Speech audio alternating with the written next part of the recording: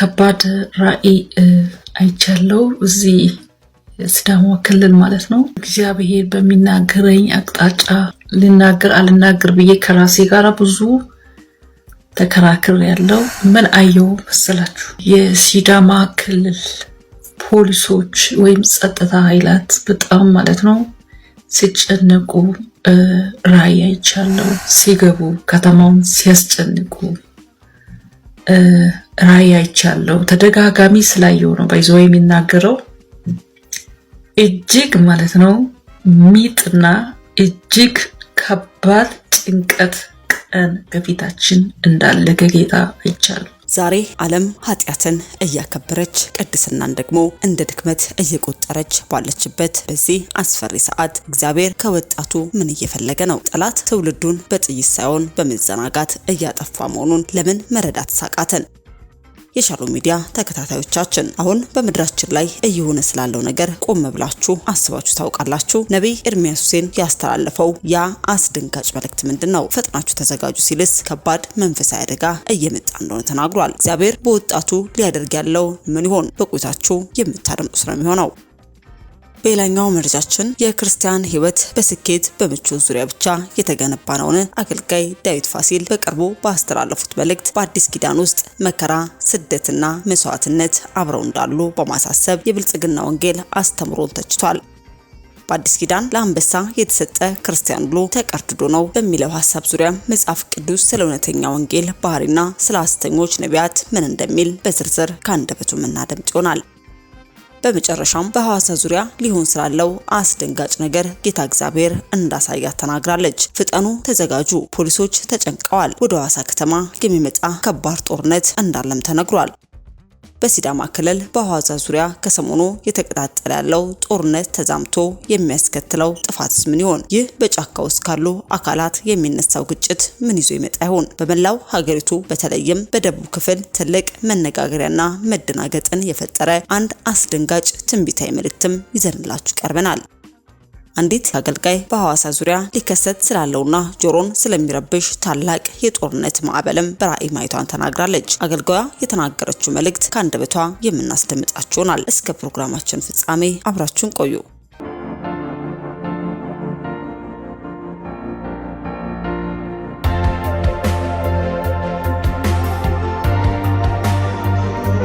አስቀድመን ወደ ያዝነው መረጃችን ስንሻገር የአገልጋይ ዳዊት ፋሲል ያልተጠበቀ መልእክት። የመልእክቱ ዋነኛ ማጠንጠኛ በአሁኑ ዘመን በስፋት የሚሰበከው የብልጽግና ወንጌል መጽሐፍ ቅዱሳዊ ሚዛኑን የሳተ መሆኑን ማጋለጽ ነው። ብዙዎች ክርስትናን ስኬት፣ ጤና፣ ፈውስና መከናወን ብቻ አድርገው ያቀርቡታል። ነገር ግን እውነተኛው የአዲስ ኪዳን ወንጌል ከነዚህ ባሻገር መከራን፣ ስደትን፣ ጥፊን፣ እርግጫንና እስከ ሞት ታማኝ መሆኑን ይጨምራል።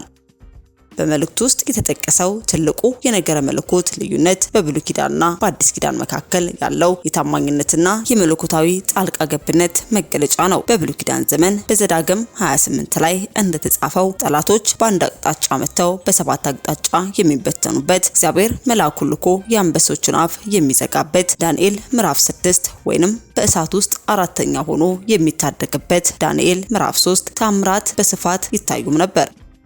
መልእክቱ እንደሚያብራራው ያኔ በሞት ላይ ስልጣን የነበረው ዲያብሎስ ስለነበር አማኙ ወደ ሞት ሳይገባ በፊት መለኮታዊ ጣልቃ ገብነት ይደረስለትም ነበር። በአዲስ ኪዳን ግን ነገሩ ተቀይሯል። አሁን በሞትና በመቃብር ላይ ፍጹም ስልጣን ያለው ኢየሱስ ክርስቶስ ነው። ስለዚህ በአዲስ ኪዳን ለአንበሳ የተሰጡ ክርስቲያኖች በሙሉ ተቀርድደው ተበልተዋል። ከእሳትም ሳይወጡ ሰማዕት የሆኑ እጅግ ብዙ ናቸው። ይህ የሆነው እግዚአብሔርን አጥቶ ሳይሆን የኪዳኑ ባህሪ ስለተቀየረና አማኞች እስከ ሞት ድረስ ታምነው የሕይወትን አክሊል እንዲቀበሉ ስለሚጠበቅባቸው ነው። አዲሱ ኪዳን መከራን አልፎ መሄድን እንጂ ከመከራ መሸሽን አይሰብክም። ሐሰተኞችን ለመለየት የሚያገለግሉ ሰፊ መስፈርቶች ፍሬያቸውና ውጫዊ ገጽታቸው። ውጫቸው ሲታይ የበግ ለምድ የለበሱ እጅግ መንፈሳዊና ቅዱስ ይመስላሉ። ውስጣቸው ግን መንጋውን የሚያጠፉ ነጣቂ ተኩላዎች ናቸው። መጽሐፍ ቅዱስ በማቴዎስ ወንጌል ምዕራፍ 7 ከቁጥር 15 እስከ 16 ላይ እንደሚያስተምረው እነዚህ ወገኖች የምንለይበት ትልቁ ሚዛን በሚያሳዩት የታምራት ብዛት ወይንም በሰበሰቡት ሕዝብ ብዛት ሳይሆን በሕይወት ፍሬያቸውና በሚያስተምሩት የቃል እውነት ነው። ሰዎችን ከኃጢአት የሚያስወጣና ንስሐ የሚያስገባ መስቀልን፣ መከራን የሚጨምር እውነተኛ ወንጌል አይሰብኩም። ይልቁንም በሁለተኛ ጢሞቴዎስ ምዕራፍ 4 ከቁጥር 3 እስከ 4 ላይ እንደተጠቀሰው ህዝቡ የገዛ ምቾቱን እንዲከተልና ጆሮው ደስ የሚያሰኘውን ስም፣ ስብከት፣ የምቾት የሀብትና የስኬት ብቻ በመምረጥም ሰዎችን በተረካ በተረት ያታልላሉ። አገልግሎታቸውን ለእግዚአብሔር ክብር ለነፍሳት መዳን ሳይሆን ለግል ጥቅማቸው ያደርጉታል። በሁለተኛ ጴጥሮስ ምዕራፍ 2 ቁጥር 3 ላይ እንደተጻፈው በስግብግብነት ተሞልተው የተገለጹ የሐሰት ቃላትን በመጠቀም አማኞችን የንግድ ማግኛና የመበልጸጊያ ማድረጊያም ያደርጓቸዋል። እንደነዚህ ያሉ ሰዎች የክርስቶስ ሐዋርያ እንዲመስሉ ራሳቸውን የሚለውጡ ሸንጋዮች፣ ሰራተኞችና ሐሰተኛ ሐዋርያት ናቸውና ሰይጣን ራሱ የብርሃን መልአክ እንዲመስል ራሱን ይለውጣልና። ሁለተኛ ቆሮንቶስ ምዕራፍ 11 ከቁጥር 13 እስከ 14። መጽሐፍ ቅዱስ ሐሰተኛ አስተማሪዎችን፣ ነቢያትና ሐዋርያትን በጽኑ የሚያወግዝበት ዋነኛ ምክንያት እግዚአብሔር ያላለውን ይሆናል እያሉ የሐሰት ተስፋን ስለሚሰጡና አማኞችን ለእውነተኛ የክርስትና መከራ፣ ፈተናን፣ ስደት ስለማያዘጋጁ ነው። አገልጋይ ዳዊት ፋሲልም በብርቱ ያሰመረበት ነጥብ ክርስትና ጥፊና እርግጫ መከራም ያለበት መሆኑን ተረድቶ ሰዎችን በሚያታልና ሆዳቸው በሚያመልኩ የውሸት መሪዎች ስብከት ሳይናወጡ ዋጋ የሚያስከፍለውን የእውነተኛን ወንጌል መስመር ሙጢ ማለት እንደሚገባም ነው። አገልጋይ ዳዊት ፋሲል ስለነዚህ ሐሰተኛ አገልጋዮች ያስተላለፈውን በጥቂቱ ከአንደበቱ አድምጠን እንመለስ። ጤና ነው እንካ፣ ፈውስ ነው እንካ፣ ስኬት ነው እንካ፣ መከናወን ነው እንካ፣ በዛው ልክ ደግሞ ጥፊም አለ እንካ፣ እርግጫም አለ እንካ። እሱንም ጭምር ነው የምንሰብከው ብሎ መከናወን ስኬት ምናምን። እኔን ስትከተሉ መከራ አለባችሁ። በአንድ አቅጣጫ ይመጣሉ፣ በሰባት አቅጣጫ ተበትናቸዋል። እሱ ዘዳግም ነው። አዲስ ኪዳን የሚለው ይበትኑሃል ነው። ይበትኑሃል እስከ ሞት ድረስ የታመንኩ ነው። በኦሪት ነው እግዚአብሔር እሳቱ ስትጣል መልአኩ አራተኛው ነው መጥቶ ከእሳቱ ውስጥ የሚያወጣ። አንበሳ ጉድጓድ ስትጣል እግዚአብሔር መልአኩን ልኮ አንበሳውን አፍ የሚዘጋው። በአዲስ ኪዳን ለአንበሳ የተሰጠ ክርስቲያን ሁሉ ተቀርድዶ ነው የተበላው። ለምን? ኪዳኑ ነው። ያኔ በሞት ላይ ስልጣን ያለው ዲያብሎስ ነው። ስለዚህ ዲያብሎስ ባለመብት ስለሆነ በሞት ውስጥ ሳትገባ መልአኩ ይደርስልሃል። አሁን ግን በሞት ላይ ስልጣን ያለው ኢየሱስ ነው። በሞትና መቃብር ላይ እስከ ሞት ድረስ ታመን እንጂ እንደዚህ የለም፣ ማባበል የለም። ይደበድቧቸዋል፣ ይረግጧቸዋል። እስከ ሞት ድረስ የታመናችሁ ሁኑ ነው የሚለው አዲሱ ኪዳን። አይመችም አይደል? የትምህርት አይመችም አይደል? እሺ በቃ ትጠረምሳላችሁ። አስከትለን ወደ ያዝንላችሁ መረጃችን ስናልፍ ወጣቶች ሆይ ንቁ፣ ዘመኑ በቴክኖሎጂ ተሟልቷል፣ ልብ ግን ባዶ ሆኗል። ሰዎች በስልክ ተገናኝተዋል፣ ነገር ግን ከእግዚአብሔር ተለይተዋል። መረጃ በዝቷል፣ ጥበብ ግን ጠፍቷል። ድምጾች በዝተዋል፣ እውነት ግን እየጠፉ ነው። ምናልባት ዛሬ የምትሰማው ድምጽ የሰው አይደለም፣ የእግዚአብሔር ጥሪ ነው። ይህንን የነቢይ ኤርሚያስ ሁሴን መልእክትን ለሌሎች ወጣቶች ሼር በማድረግም የትውልድ ማንቂያ ድምጽም ሆኑ። ህዝቤ እውቀት በማጣቱ ጠፋ እንደሚል ሆሴ ምዕራፍ 4 ቁጥር 6 ላይ የሚለው ቃል ዛሬ በዓለም ላይ በግልጽ እየታየም ነው። ሀገሮች ታላላቅ ህንጻዎችን እየገነቡ ነው። መንገዶች ተስፋፍተዋል፣ ልቦች ግን ጠበዋል። ሰው ወደ ጨረቃ ደርሷል፣ ግን ወደ ጸሎት ክፍሉ መመለስ አቅቶታል። በመጨረሻው ዘመን አስፈሪ ጊዜ ይመጣል። ሁለተኛ ጢሞቴዎስ ምዕራፍ 3 ቁጥር 1 ላይ የሚለው ቃል በፊታችን ቆሟል። ዛሬ ኃጢአትን እንደ መደበኛ ነገር ተቆጥሯል። ቅድስና የድሮ ነገር ተብሏል። ጽድቅ ድክመት ተብሏል። ብዙ ሰዎች ከእግዚአብሔር ቃል ይልቅ የማህበራዊ ሚዲያ ድምጽን ያምናሉ። መልካሙን ክፉ፣ ክፉንም መልካም ለሚሉ ኢሳይያስ ምዕራፍ 5 ቁጥር 20 የተባለው የዘመን ነው። ወጣቶች ሆይ አስተውሉ። ጠላት በመጀመሪያ በጥይት አያጠፋችሁም፣ በመዘናጋት ነው የሚያጠፋችሁ። ጸሎትን በመዝናኛ ቀይሮታል። ቅድስናን በፍላጎት ቀይሮታል። መሰዊያን በስርክ ቀይሮታል። ሌሊት በእግዚአብሔር ፊት መቆየት የማይችል ትውልድ በፈተና ፊት ለመቆም ይከብዳል። ንቁ፣ ጸልዩም። ማቴዎስ ምዕራፍ 26 ቁጥር 41 ላይ የክርስቶስ ድምጽ አሁን እየጠራ ነው። ነገር ግን በዚህ ጨለማ ዘመን እግዚአብሔር የተቀደሰ ትውልድ እያስነሳም ነው። በሰው ፊት ሳይሆን በእግዚአብሔር ፊት የሚኖር፣ በመድረክ ሳይሆን በመሰው የሚታወቅ፣ በታዋቂነት ሳይሆን በቅድስና የሚኖር ትውልድ። በምድር ላይ ትክክለኛ ሰው እፈልጋለሁ። ሕዝቅኤል 2:2 እስከ 30 የሚለው ጥሪ አሁንም አለ። ሀገር በፖለቲካ ብቻ አትለወጥም፣ በንስሐም ትለወጣለች። ህዝቡ በህግ ብቻ አይድንም፣ በወንጌልም ይድናል። በስሜ የተጠሩት ህዝቤ ሰውነታቸውን አዋርደው ቢጸልዩ፣ ፊቴንም ቢሹ፣ ከክፉ መንገዳቸውም ቢመለሱ በሰማይ ሆኜ እሰማለሁ፣ ኃጢአታቸውንም ይቅር እላለሁ፣ ምድራቸውንም እፈውሳለሁ። ሁለተኛ ዜና መዋዕል ምዕራፍ 7 ቁጥር 14። ይህ ዘመን ቀላል አይደለም፣ ግን እግዚአብሔር በዚህ ዘመን የሚቆሙ ሰዎችን እያስነሳም ነው። ሰዎች ሲያንቀላፉ የሚጸልዩ፣ ሌሎች ሲፈሩ በእውነት የሚቆሙ፣ ዓለም ወደ ጨለማ ሲሄድ ብርሃን የሚሆንን እያስነሳም ነው። እናንተ የዓለም ብርሃን ናችሁ። ማቴዎስ ምዕራፍ 15 ቁጥር 14። ወጣቶች ሆይ ዘመኑ በፍጥነት እየሮጠም ነው። ሰዎች ስም ለማግኘት እየተጋደሉ ነው፣ ነገር ግን ነፍሳቸውን እያጡ ነው። ብዙዎች በውጭ ብርሃን ይታያሉ፣ በውስጥ ግን በጨለማ እየኖሩ ነው። ሰው ዓለምን ሁሉ ቢያተርፍ ነፍሱን ግን ቢያጣ ምን ይጠቅመዋል? ዛሬ ዓለም ኃጢአትን እየደበቀች አይደለም፣ እያከበረችው ነው። ሰዎች እውነትን ለመስማት አይፈልጉም፣ የሚያስደስታቸው ድምጽ ግን ይከተላሉ። ብዙ ወጣቶች ሰውነታቸውን ያሳድጋሉ፣ ነፍሳቸውን ግን ይተዋሉ። ጂም ይሄዳሉ፣ ጸሎት ግን አያውቁም። ሰዓታትን በስልክ ያሳልፋሉ፣ ከእግዚአብሔር ፊት ግን ደቂቃ እንኳን መቆየት አይችሉም። ይህ የቴክኖሎጂ ዘመን ነው፣ ግን በመንፈስ ቅዱስ የደከመ ትውልድ ተፈጥሯል። ወጣቶች ሆይ ሀገር በጦር ብቻ አትፈርስም። ስነ ምግባር ሲፈርስ ሀገር ትፈርሳለች። ቤተሰብ ሲወድቅ፣ ጸሎት ሲጠፋ፣ እውነት ሲጠፋም ህዝብ ወደ ጨለማ ይገባል። ጽድቅ ህዝብን ከፍ ከፍ ታደርጋለች፣ ኃጢአት ግን ህዝብን ታስነውራለች። ምሳሌ ምዕራፍ 14 ቁጥር 34። እውነቱም ነው። ዘመኑ እየጨለመ ነው፣ ግን የእግዚአብሔር ብርሃን አልጠፋም። ሰዎች እውነትን ሊተው ይችላሉ፣ እግዚአብሔር ግን ራሱን አይክድም። ብዙዎች ወደ ኋላ ሊመለሱ ይችላሉ፣ ነገር ግን እግዚአብሔር እስከ መጨረሻው የሚቆሙ ሰዎችን እየፈለገ ነው። ወጣቶች ሆይ ይህ የመንፈሳዊ እንቅልፍ ጊዜ አይደለም። ዓለም እየተቀየረ ነው፣ ኃጢአት እየበዛ ነው፣ እውነት እየተጠላ ነው። ነገር ግን በዚህ ዘመን እግዚአብሔር የሚቆሙ ሰዎችን እየጠራ ነው። ወጣቶይ እናም እግዚአብሔር እየጠራክ ነው። ንቃ፣ ዘመኑ እየጨለመ ነው። ብዙ ግን አሁንም በመንፈሳዊ እንቅልፍ ውስጥ ናቸው። ህይወታቸው በድምጽ ተሞልቷል፣ ልባቸው ግን ከእግዚአብሔር ራቅ ብሏል። የእንቅልፍ ሰው ሆይ ንቃ። ኤፌሶን ምዕራፍ 5 ቁጥር 14 ላይ የሚለው ቃል ዛሬ ለዚህ ትውልድ ነው። ከመዘናጋት ንቃ፣ ከኃጢአት ተመለስ፣ ወደ ጸሎት ተመለስ፣ ወደ እግዚአብሔር ተመለስ። ምክንያቱም ዘመኑ እያለፈ ነው። እግዚአብሔር ግን አሁንም ብዙ ወጣቶችን እየጠራ ነው። ይህንን የነቢይ ኤርሚያስ ሁሴን መልእክትን ለሌሎች ወጣቶች ሼር በማድረግም የትውልድ ማንቂያ ድምጽም ሆኑ። በስተመጨረሻም የእግዚአብሔር ቁጣ በሐዋሳ ላይ ሊመጣ ነው። ከአገልጋይ አንደበት የተሰማው አስደንጋጭ ትንቢት የሰላሟና በውቢቷ ከተማ ሐዋሳ እንዲሁም በዙሪያው ያሉ አካባቢዎች በታላቅ የጭንቀት ደመና ሊዋጡ እንደሚችሉ የሚጠቁሙ እጅግ አስደንጋጭ ትንቢታዊ መልእክትም ከአንዲት የእግዚአብሔር አገልጋይ ተደምጧል።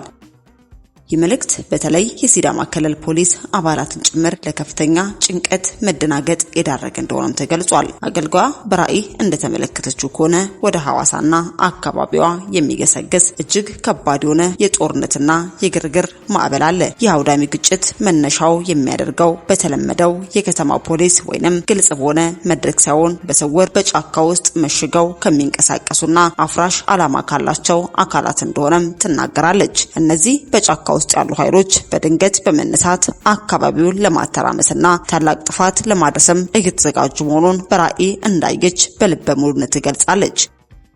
ይህ የሚመጣው መቅሰፍትና ትርምስ ቀላል አለመሆኑን ስታስረዳም በዚያን ጊዜ የሚከሰተውን ነገር ሰምቶ ዝም ለማለት የማይቻል የሰው ልጅ ጆሮ እጅግ የሚረብሽ ልብን የሚያስደነግጥና ሰላምን ሙሉ በሙሉ የሚያናጋ ነው ስትልም አስገንዝባለች። ክስተቱ የሚያስከትለውን ሰብአዊና ቁሳዊ ውድመት እንዲሁም የሚፈጥረው ድንጋጤ ቀላል አለመሆኑን፣ የነገሮች አካሄድ እጅግ የሚያባብስ መሆኑንም ታስረዳለች።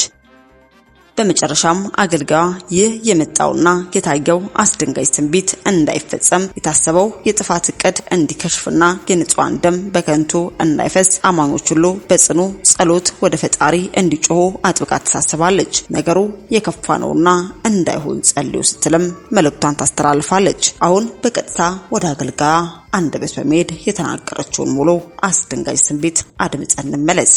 ሻሎም ሻሎም ቅዱሳን፣ ከባድ ራእይ አይቻለው እዚህ ሲዳማ ክልል ማለት ነው። ሁላችሁም እንድትጸልዩ በጌታ ፍቅር እግዚአብሔር በሚናገረኝ አቅጣጫ ልናገር አልናገር ብዬ ከራሴ ጋር ብዙ ተከራክር ያለው ነገር ግን እግዚአብሔር የሚያሳየን ደግሞ እንድንጸልይ ስለሆነ ማለት ነው። ምን አየው መሰላችሁ? እና የሲዳማ ክልል ፖሊሶች ወይም ጸጥታ ኃይላት በጣም ማለት ነው ሲጨነቁ ራእይ አይቻለው ማለት ነው። በምን ምክንያት ነው የሚጨነቁት? የኃይል ማለት ነው። ይሄ አጥፊ ኃይል ሰዎቹን የሚገድል ሰዎቹን የሚያጠፋ ኃይል ማለት ነው ሲገባ ወደዚህ ወደ ሲዳማ ክልል ማለት ነው የተደራጀ ኃይላት ማለት ነው። ይሄ ሰው የሚገሉ ሌላ ቦታ ላይ ጫካ ላይ ሆኖ ሰዎችን ድንገት የሚገሉ ኃይላት ማለት ነው። እነዚህ ኃይላት ወደ ሲዳማ ክልል እና ወደ ደቡብ ክልል ማለት ነው